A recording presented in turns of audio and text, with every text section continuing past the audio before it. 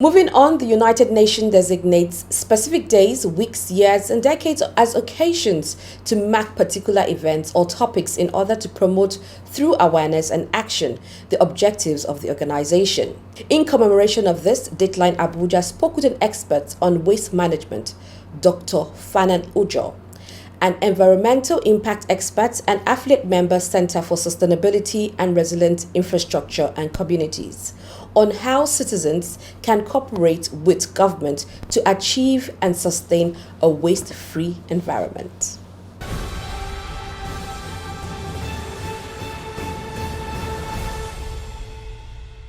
Contributing to the advancement of the 2030 Agenda for Sustainable Development, Dateline Abuja spoke with Dr. Fanan Ujo, an environmental impact expert, on how citizens can cooperate with the government to achieve and sustain a waste-free environment.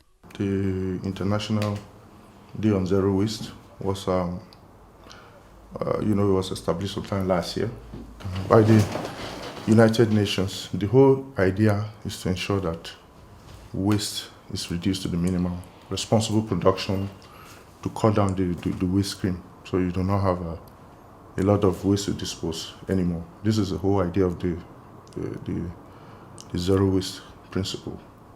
For Abuja, let me give a little background. There are about 3 models for waste management. The first model is about 100% subsidy.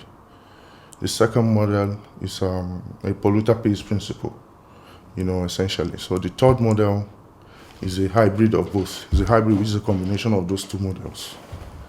And the problem with Abuja is that you have high density and low density neighborhoods. So you cannot apply any particular one, any of those models across the entire board of the FCT.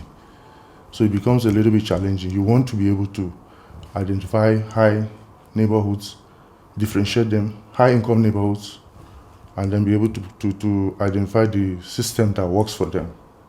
For example, if you go to a location like Kuchingoro, it is a high density, low income neighborhood. It means that they will not be able to pay for waste services. But if you come to places like Maitama, Use, Asokoro, these are low density, high income neighborhoods. So you are able to find people to pay for waste services in those locations.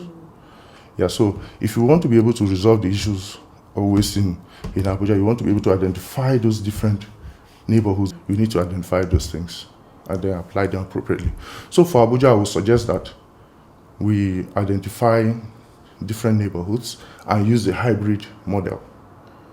So for the city center, where you have people who have capacity to pay for waste services, you adopt that the polluter pays principle, so they pay for it. Because in any case, you are doing house-to-house collection.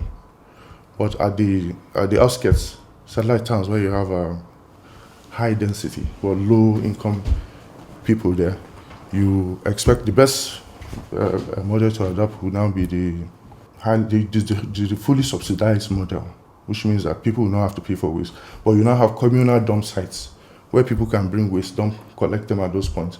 So AEPB or the responsible contractors will go there and evacuate them from that point. At those areas, you cannot do house-to-house collection because it's impossible, first of all. The infrastructure is not there, the roads are not there, you cannot be able to access every household to be able to evacuate this waste.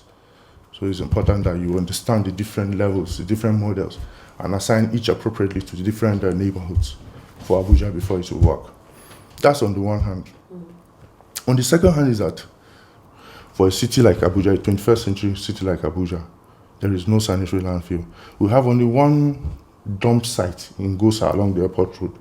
Then we have a closed dump site in Papi. So if at this time we are not able to have a sanitary landfill for, as a matter of fact, there's no sanitary landfill in the whole of Nigeria. The one I know is being built in Akpa in Lagos is still not completed yet. It's the only one we have in Nigeria. So we need to have those in place, one. Then the other ones, we need the government to also have what they call transfer stations or material recovery facilities where you sort waste, you reduce them, scale them down for those that are recyclables, those that can be the organic waste that, for example, can be used for composting.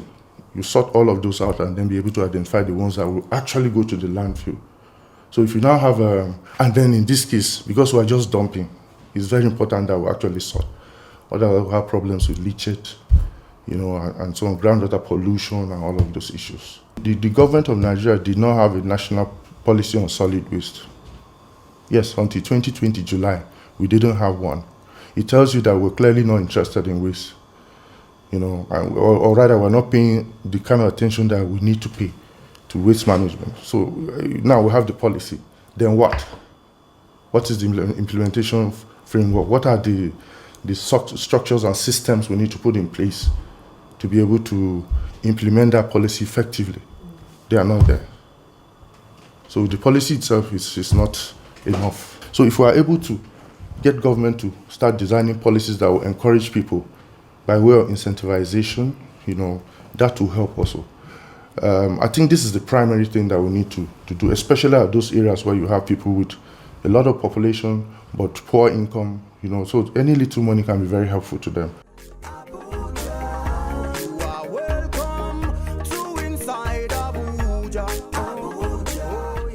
Clean communities equal to healthy citizens. Keep your environment clean at all times. And that's a wrap on the show for today. Many thanks for joining us. Keep a date with me, same time, 9:30 a.m. every Wednesday on African Independent Television, AIT. I'm Hao Momo. Enjoy the rest of your day and bye for now.